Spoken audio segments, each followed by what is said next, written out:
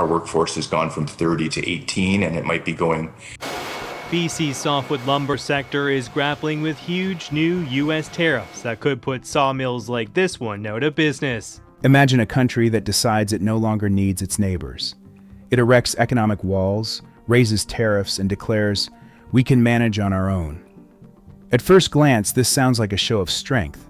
But what if this decision hides not independence, but the beginning of slow self-destruction? In the spring of 2017, one of the most prominent voices in world politics declared, "We don't need Canadian wood." It seemed like just another rhetorical statement designed to show determination and protect national interests. But soon, words turned into action, and America imposed tariffs on Canadian timber. In just a few days, timber prices skyrocketed, as if panic had broken out on the stock market. What had cost $350 per thousand boards exceeded the $650 mark. At first glance, the idea seemed logical. Force the domestic market to work, bring back production, and strengthen the economy. But there was one problem. The United States could not produce as much wood as it needed.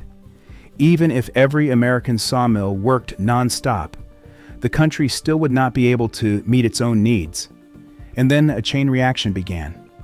Timber prices rose, and so did house prices. Construction companies began to cancel projects. People who dreamed of owning their own homes suddenly realized that their dream had been postponed for years. What began as a political statement hit ordinary American families hard. Meanwhile, in the North, in Canada, things were happening differently. Instead of responding to tariffs with aggression, the country took a step in the other direction. The Canadian government did not cry foul. It invested in the industry. Billions of dollars went toward modernizing factories, opening new markets, and supporting manufacturers. And while Washington argued about who was to blame, Ottawa signed trade agreements with South Korea, India, Japan, and Germany. What looked like a defeat turned into a strategic breakthrough. In just a few years, Canada went from being a dependent supplier to the U.S. to a global player confidently entering new markets. Every ton of exported timber became a symbol of independence and economic growth. In America, on the contrary, housing prices continued to rise. According to estimates by the National Association of Home Builders, every percentage point increase in the cost of lumber added about $1,000 to the price of a new home. When the cost of lumber approached $800 per thousand, it meant that the average American had to pay $10,000 more for a house, without improvements, without bonuses, just because of tariffs. Today, it is clear that the decision, made out of a desire to show strength, caused a systemic crisis. Tariffs designed to protect the country made it weaker. And a neighbor that once depended on the American market managed to turn the blow into a stimulus for growth. How did one political move change the balance of power across the entire continent? Why did an attempt to strengthen the economy result in rising prices, a decline in construction, and a stronger competitor? And is it now possible to reverse the situation? This is a story about how pride and protectionism can cost an entire country its economic future. Spring 2017. Against a backdrop of rallies, loud statements about bringing jobs back home, and promises to make America great again, President Donald Trump utters words that will mark the beginning of one of the most controversial economic decisions of the decade. He confidently says,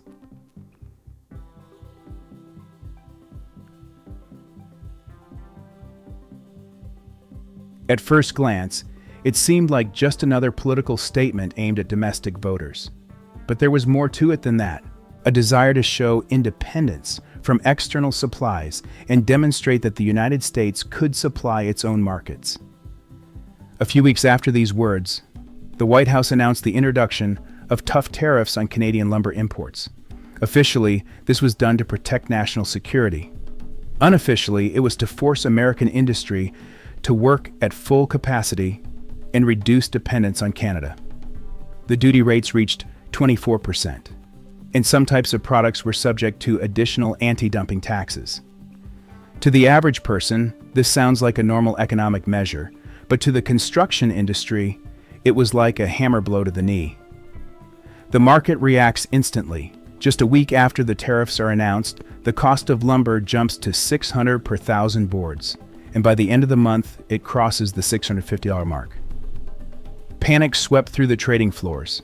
Companies accustomed to purchasing materials at predictable prices suddenly found themselves in a situation where costs were rising faster than contracts could be renegotiated. Small contractors in Oregon, Texas, and North Carolina began to freeze projects. Even large developers working with federal programs are reporting delays in budget revisions. The government, however, assures that this is a temporary phenomenon. Behind the scenes, there are statements that in 6 months, the domestic market will adjust, and that American sawmills will get a second wind. But economics is not rhetoric. At that time, the U.S. was importing about a third of all construction timber from abroad, with almost all of it coming from Canada. This is not just a figure. It is the foundation of the American housing sector. Every third house in the country is literally built on Canadian timber. Attempts to replace imports with domestic production quickly run into harsh reality. American sawmills are already operating at nearly full capacity, about 95%. Their equipment is aging, and many plants have not been modernized for decades. In addition, the industry suffers from a shortage of workers. Young people are not eager to take low-paying, physically demanding jobs in remote regions. Furthermore, most of the forests in the northwest of the country require expensive transportation, and in some areas there are restrictions due to environmental regulations and fire hazards. This is when analysts begin to sound the first warnings. Economists note that even if the U.S. decided to build dozens of new sawmills, it would take at least 8-10 years to reach Canada's production levels.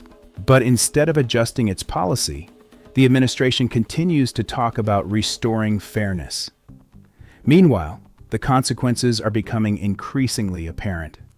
According to the National Association of Home Builders, rising timber prices are increasing the cost of the average American home by nearly $10,000. For families with below-average incomes, this is a death sentence. Loans become unavailable, demand falls, and construction companies lose profits. The housing market, which until recently was a symbol of American stability, is beginning to falter. At the same time, a wave of speculation is sweeping the country.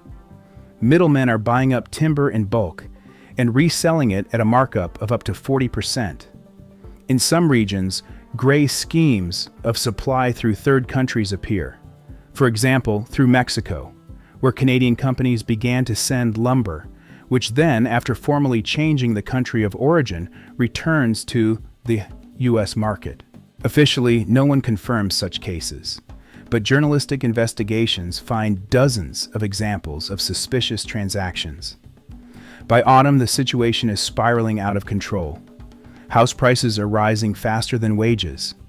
Young families are postponing buying a home, and rents are becoming more expensive. Local authorities in California and New York are seeing a sharp increase in the number of frozen construction sites. Stock market analysts are beginning to warn that the real estate bubble could burst, and all this because of one idea: to make the country self-sufficient. Meanwhile, Canadian companies are losing some of their profits, but not time. They are quickly reorienting themselves. They are starting to look for new markets in Asia and Europe, signing contracts with South Korea and India. For them, the crisis is turning into an opportunity to rebuild the economy and stop depending on the whims of American politics. And in the U.S. itself, disputes are flaring up. Some politicians accuse Trump of destroying a stable industry for political effect. Others insist that we must be patient and that tariffs will be beneficial in the long run. But the long run, as is often the case, comes too late. The construction market is shrinking by 8%. Housing prices are jumping to a record 14%, and housing affordability is falling to a 30-year low.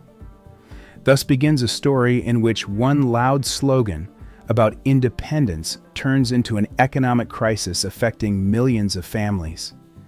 The decision that was supposed to strengthen the country made it more vulnerable. America, which had proclaimed that it did not need Canadian timber, suddenly realized that without it, not only the logic of trade had collapsed, but also the dream of owning a home. When the first waves of the tariff storm hit the construction market, many hoped that the crisis would be temporary. However, a year later, it became clear that the American economy was facing not just a timber shortage, but a systemic problem that shook the foundations of the country's housing stability. Prices for lumber continued to rise, but the main danger lay not in the numbers, but in how quickly business confidence was crumbling. Developers, especially mid-level ones, stopped believing in the government's forecasts. Federal housing construction programs, designed for fixed budgets, became unprofitable. Companies had to either revise contracts or halt projects. On construction sites in large metropolitan areas, the same scenario was repeated over and over again. Houses without roofs, unfinished neighborhoods, frozen stocks of building materials. Workers whose salaries depended on the duration of projects lost their income. Suppliers, accustomed to constant turnover, began to suffer losses. The chain of dependencies stretched from large developers to small contractors. And while officials at the federal level were still talking about temporary difficulties, local builders already understood that this was not a storm, but a new climate. Gradually, the industry began to experience what economists feared most: stagnation. In 2 years, the pace of housing construction slowed by almost 20%. The average cost of a new home rose by $18,000. For an ordinary family, this became an unaffordable amount. Banks tightened mortgage lending conditions, fearing a decline in the value of collateral.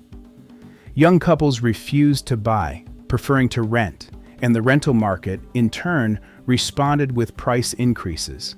The result was a vicious circle in which every attempt to get back on one's feet financially only exacerbated the situation. Politicians tried to reassure citizens by claiming that the price increases were due to natural market fluctuations. But journalistic investigations painted a different picture. Internal reports from the Department of Commerce indicated that more than 40% of wood processing companies in the U.S. were operating intermittently. Labor issues, equipment wear and tear, and rising fuel and logistics costs made production more expensive than purchasing abroad, even after tariffs were taken into account. In other words, the idea of import substitution did not work. While the American construction industry was plunging into crisis, something opposite was happening on the other side of the border. Canada did not just recover, it used the blow as an opportunity for economic transformation. Without getting involved in political squabbles, the government launched a large-scale program to support the timber industry. Several $billion were allocated to modernize enterprises, automate production lines, and open new export markets. Provinces, especially British Columbia and Alberta, became centers of industrial renewal. Sawmills were equipped with robotic sorting systems, and product delivery to ports became faster thanks to new transport corridors.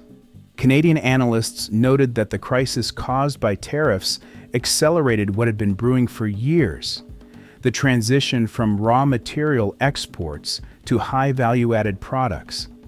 The country stopped simply selling raw timber and began focusing on engineered panels, glued beams, and architectural solutions for the international market.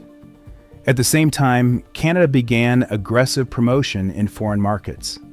Delegations of business representatives traveled to countries in Asia, Europe, and the Middle East, offering not only materials but also technological partnerships. By 2024, Canadian timber exports to Asian countries had grown by more than a third. The jump in trade with Japan was particularly noticeable, where demand for environmentally friendly building materials coincided with Canadian capabilities. While American policy was based on the idea of protecting its market, Canada demonstrated the opposite approach: adaptation. Where Washington erected barriers, Ottawa built bridges. This difference in strategy became symbolic. Canada showed that it was possible not to respond to pressure with confrontation, but to turn it into a stimulus for development. Even international economic forums began to talk about the Canadian effect, an example of how a medium-sized country can use a crisis to strengthen its global influence.